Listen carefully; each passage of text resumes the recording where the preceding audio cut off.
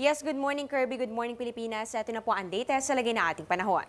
Patuloy na umiiral ang hanging habagat na partikular na makakaapekto sa Central and Southern Luzon at pati na rin po dito sa buong Visayas. Para sa araw ito ng Miyerkules, inaasahan ang maulang panahon dito po yan sa Mindoro. Kaya naman po maging handa po at maging alerto po kayo dyan dahil maaari magkaroon po ng mga pagbaha o pagguho ng lupa sa inyong area. Dito naman sa atin sa Metro Manila, pati na rin po sa Central Luzon, Calabar Zone at pati na rin po dito sa Bicol Region, Palawan at pati na rin po dyan sa Kabisayaan. Magkakaroon naman po tayo ng maulap na kalangitan na may mahina hanggang sa katamtamang pag-ulan o pagkidlat pagkulog. At ang natitirang bahagi naman po ng ating bansa ay makakaranas ng magandang panahon pero hindi pa rin po mawawala ang posibilidad na mga pulupulong pag-ulan o pagkidlat pagkulog lamang.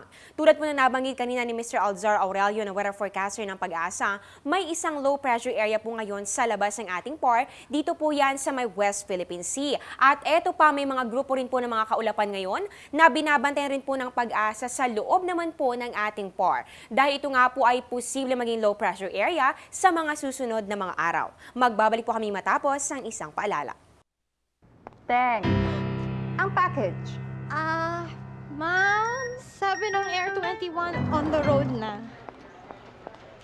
Ano, Teng? Ang package. Ma'am, sabi ng Air 21 na receive na.